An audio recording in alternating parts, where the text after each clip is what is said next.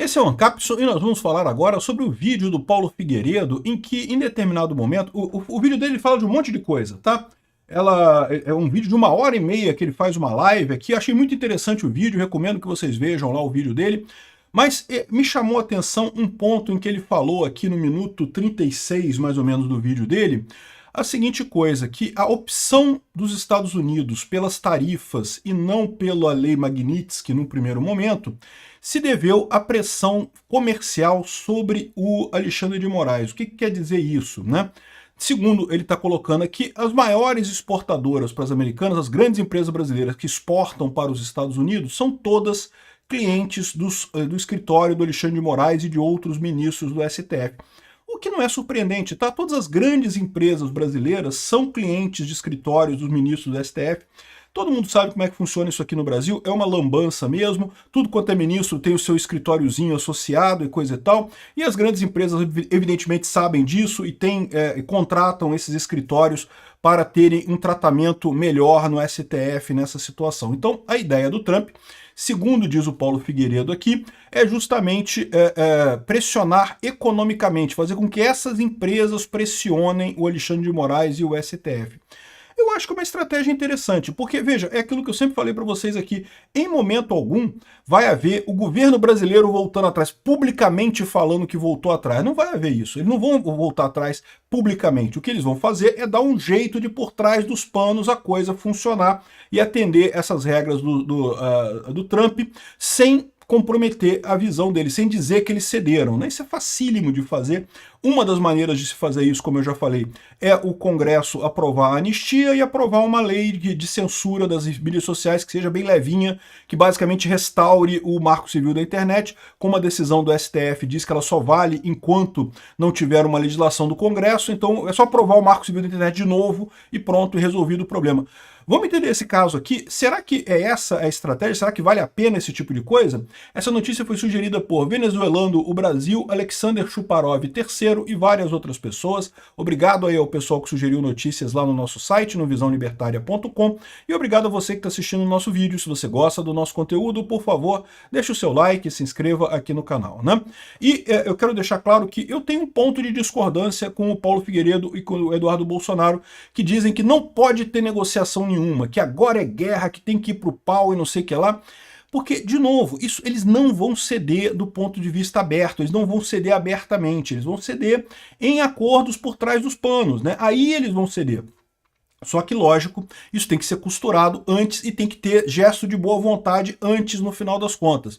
Então, vamos entender esse caso aqui. Olha só, esse trechinho da live do Paulo Figueiredo, que eu vou destacar aqui. Mas eu vou deixar o link da live inteira para quem quiser assistir a live inteira dele, tá bem interessante realmente. Conforto do empresariado, do establishment político e da elite financeira brasileira. Eu vou explicar para vocês. Vejam, por exemplo, a lista dos 20 maiores exportadores do Brasil.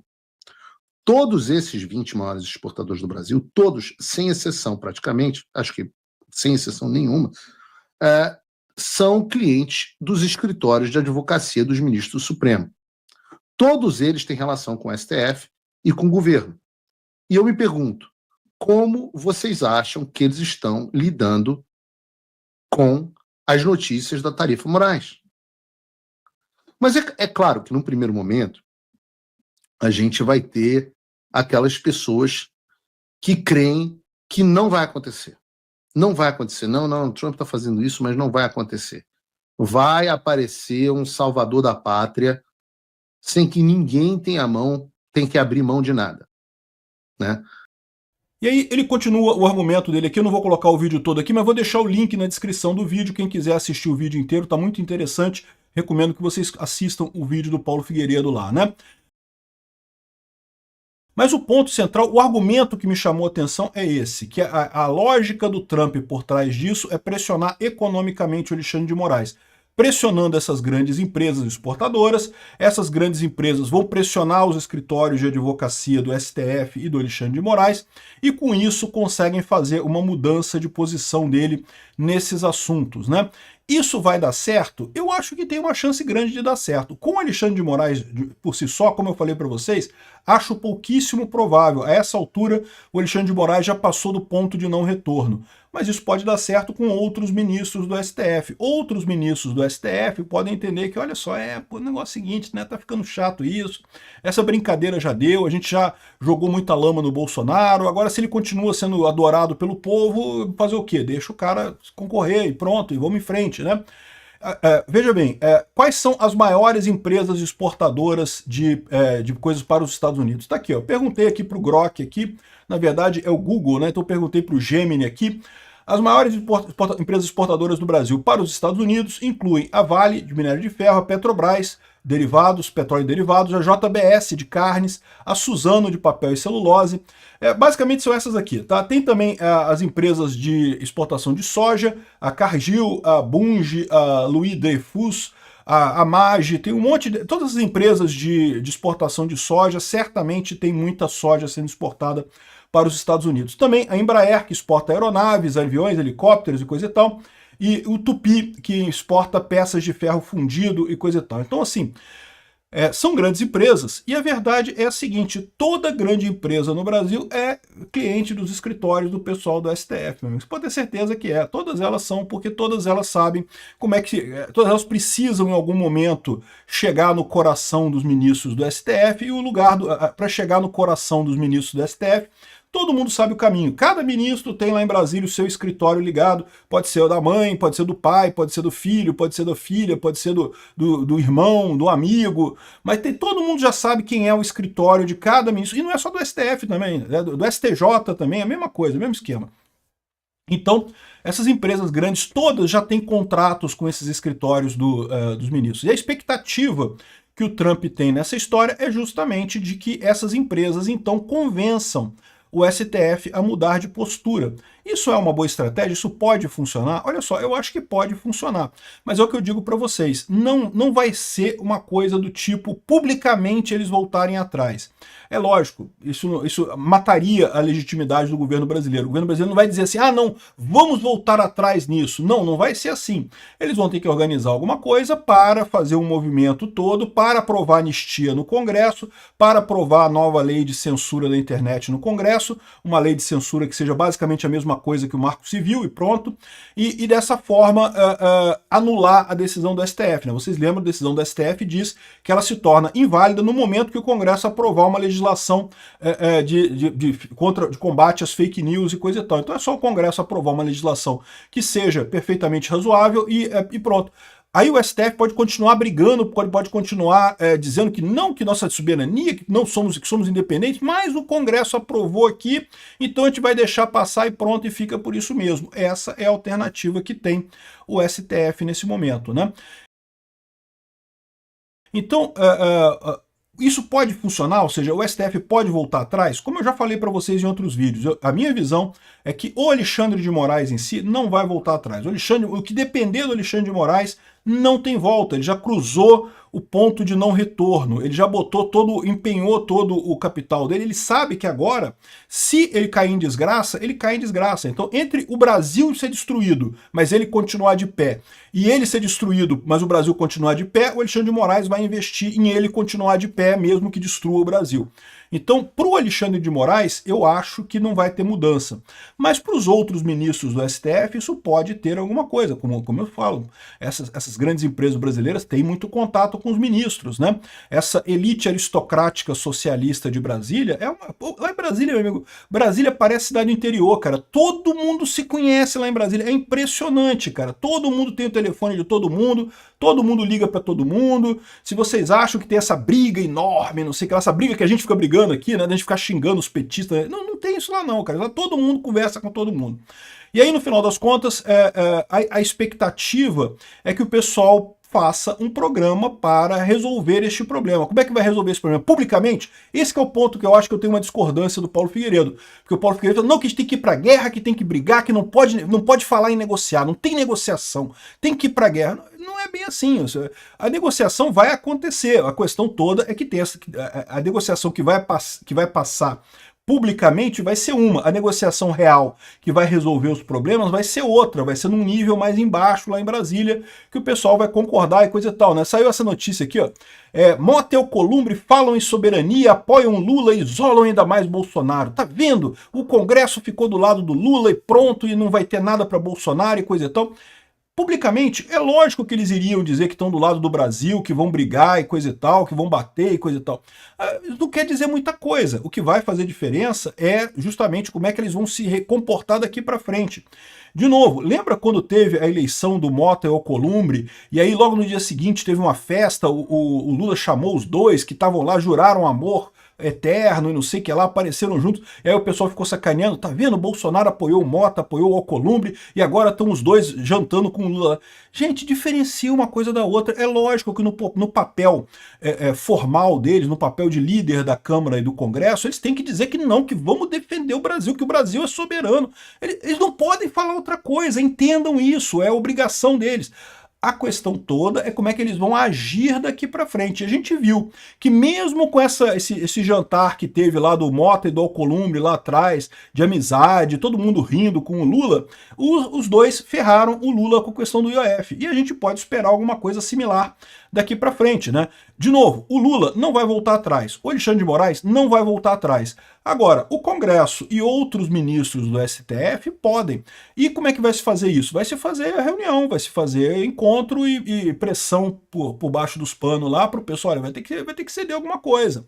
Vamos ter que fazer alguma coisa de algum ponto aqui, em algum sentido, de alguma forma. Eu já dei a dica, né?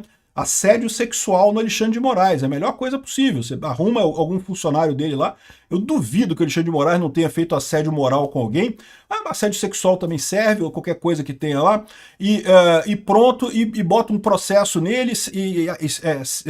Os outros ministros do STF separam ele durante um tempo, né, suspendem ele durante um tempo, e nesse meio tempo resolvem as questões todas lá no STF sobre esse grande escândalo contra o Alexandre de Moraes. É uma possibilidade. Outra possibilidade é justamente o Congresso. O Congresso aprova anistia, o Congresso aprova uma lei de censura leve, tipo repetir o Marco Civil da internet, e com isso a decisão do STF deixa de valer. Isso, de novo, isso vai resolver o problema? Não, isso vai abrir o caminho para negociação com o Trump. Aí o pessoal vai chegar lá para negociar com o Trump, negociar as condições e coisa e tal. Vamos ver o que vai acontecer dessa história aí, né? Se vão chegar nisso aqui. Então, isso é meu desacordo com o Paulo Figueiredo e com o Eduardo Bolsonaro. Eu não acho que tem que ir para tudo ou nada. Ou cede tudo, isso não vai acontecer. Sequestro, assim, exigido, não vai. Vai ter que ser um caminho por baixo dos panos. Mas pode acontecer. Em Brasília o pessoal é especialista em fazer esse tipo de coisa, né? Enfim, aqui, ó, essas são as grandes empresas exportadoras, certamente elas estão se sentindo pressionadas, vão ter que demitir um monte de gente, vão ficar numa situação muito ruim, estão pressionando os ministros do STF por isso. Agora vamos ver para que lado que vai cada lado dessa história, né? Eu acho que a lógica do Paulo Figueiredo faz sentido de ter sido este o caminho, embora eu ainda ache que teria sido melhor um ataque direto via lei Magnitsky. Mas, de novo, não estou reclamando, é importante os Estados Unidos agir. Se os Estados Unidos não agir, haveria pouca chance disso se resolver tão rápido, né? Ou se resolver sem a prisão do Bolsonaro, sem a condenação do Bolsonaro. Como eu falei para vocês, eu acho que o Brasil vai sair dessa por conta própria, mesmo que não tenha apoio dos Estados Unidos no final das contas. Por quê? Porque a gente vai eleger um presidente de direita em 2026, vamos trocar 3 ministros do STF, né, no próximo mandato, e podemos fazer mais um impeachment de mais um, já deu 5-4, desculpa, já deu 6-5, e pronto, já temos maioria no STF, já podemos desfazer tudo que o STF fez. Então, mesmo sem a ajuda americana, eu diria que até 2030 a gente já resolveu esse problema do STF aqui no Brasil, só nós brasileiros mesmo. Mas com essa ajuda americana, pode ser que a coisa se resolva mais rápido, de uma maneira mais simples, né? Como eu falei num outro vídeo sobre a carta do Jimmy Carter ao Ernesto Geisel, lá em 78, né? Foi a mesma coisa naquela época. Os Estados Unidos pressionando o Brasil estava descumprindo normas de direitos humanos, estava prendendo pessoas aleatoriamente, estava torturando pessoas, estava perseguindo pessoas da oposição, não sei o que lá. A mesma coisa. E o Geisel recebeu essa cartinha, o Geisel ficou uma arara, não que batendo soberania, não sei o que lá, né, aquele negócio todo. E, no entanto, em 79, vocês sabem, começou o fim da ditadura militar brasileira. Ele empossou o Figueiredo, que era para acabar mesmo com o processo todo. A anistia já foi assinada em 1979, ou seja, o que aconteceu naquela época foi basicamente a mesma coisa que a gente espera que vai acontecer aqui. O governo brasileiro, em momento algum, disse assim, não vamos ceder para o Carter, vamos aceitar isso daqui e vamos libertar os prisioneiros políticos e vamos fazer a transição para a democracia. Em momento algum, o Geisel falou isso aqui no Brasil. E hoje também o Lula não vai falar isso. Não, realmente concordamos, vamos soltar tudo aqui, vamos acabar. Não vão falar isso. Mas eles vão se mover para que isso aconteça muito rapidamente. Então é uma coisa positiva, a gente pode resolver essas coisas muito rápido. Eu acredito que vão ser resolvidas exatamente por esse mecanismo que o Paulo anunciou aqui.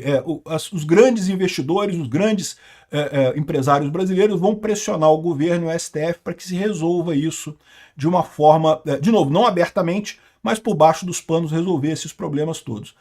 Quem viver verá. Vamos ver o que vai acontecer. Obrigado por assistir o vídeo até o final. Além de curtir, compartilhar e se inscrever no canal, considere se tornar patrocinador com valores a partir de R$ 1,99. Clique no botão Seja Membro abaixo para saber as condições e vantagens de patrocinar o canal. Mais informações sobre o nosso projeto, visite nossos sites indicados na tela.